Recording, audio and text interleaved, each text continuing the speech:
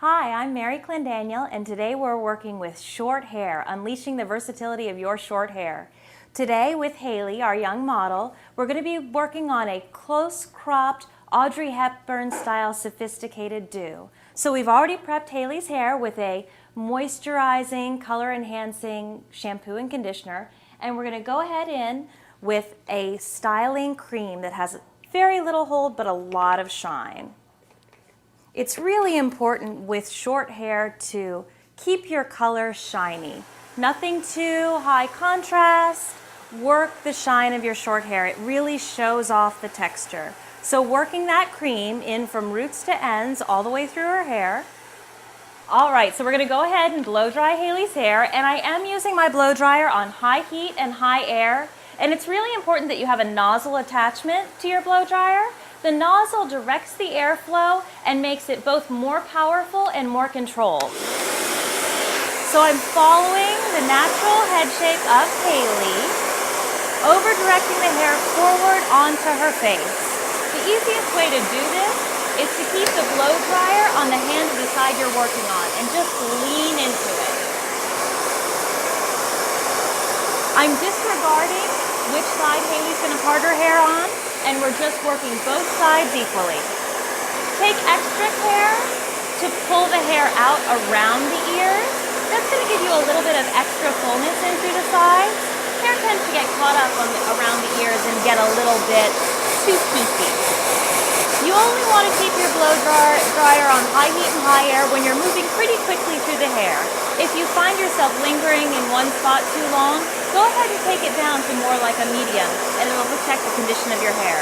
Now I'm working across the opposite side of where Haley naturally parts her hair. She's got a little bit of a cowlick in the front, and by pushing the hair down and across her forehead, opposite of where her cowlick is lying, we'll get a much more consistent finish. And now that she's very nearly dry, I'm going to go ahead and let it start settling into her part line. Now Haley has hair that's a little bit dehydrated and it's extremely thick. So a challenge she often has is that her hair gets a little bit fluffy looking. So her inclination is to use more product. What you can do instead is, as you get to the point where you're about 75% dry, go ahead and use a comb instead of a round brush and follow the head shape forward with your comb. So again, you're going to have the blow dryer in the hand of the side you're working on, and just follow the comb with the air.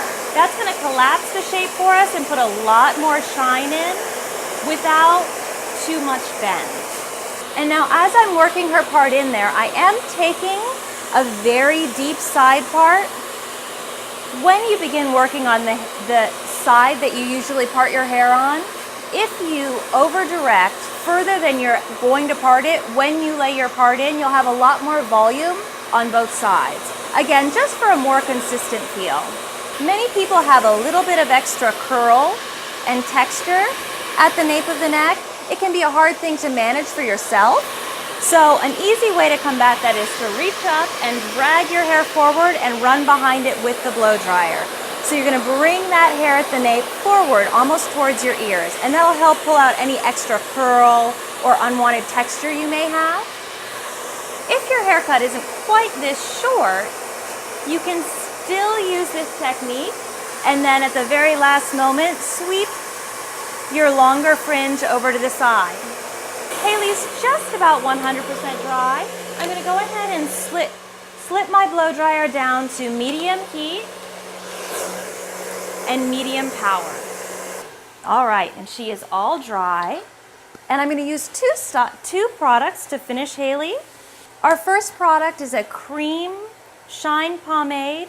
It doesn't have a lot of stick to it, and it has almost a pearlescent finish. You don't want anything that is too oily, that has the consistency more like a jelly. You want something that's just going to move through the hair without making it too sticky. By the same token, anything that has more of a matte white texture will just take away all the shine that you've just created. So starting in the back, I'm working that shine all the way through Haley's hair from roots to ends. Again, continuing our forward motion. And I'm working it in amounts that are about the size of a half a pea. Just a little bit. If you can see the product on your hands, you've got too much. Work it in small batches and it'll help keep from any gumminess or lack of control. So once I've worked that through all of Haley's hair, that's what's really going to take down our frizz and make sure we don't have any flyaways. I'm moving on to a high intensity shine products. So this is going to give us extreme luminescence but almost no hold. Very, very shiny, very soft. But again, nothing too oily with too much silicone or greasiness. By the end of the day, a product that has that kind of a texture is just going to make it look like you need to wash your hair. So then, very softly, just using my own aesthetic of what I want to see on her face shape, I'm just gently taking it down with the tips of my fingers. How much lift you leave the crop with is really up to you and what you're looking for. Go with what your hair wants to do.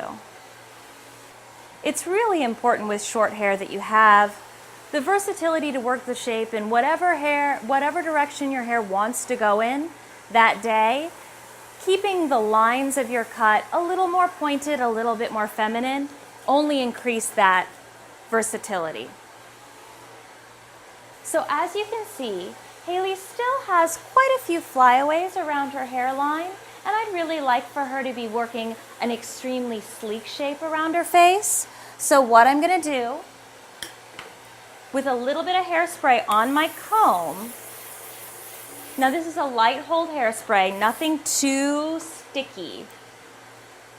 Come forward towards me, dear. I'm just going to smooth down those flyaways with the edge of my comb. So that completes our modern Audrey Hepburn sleek crop.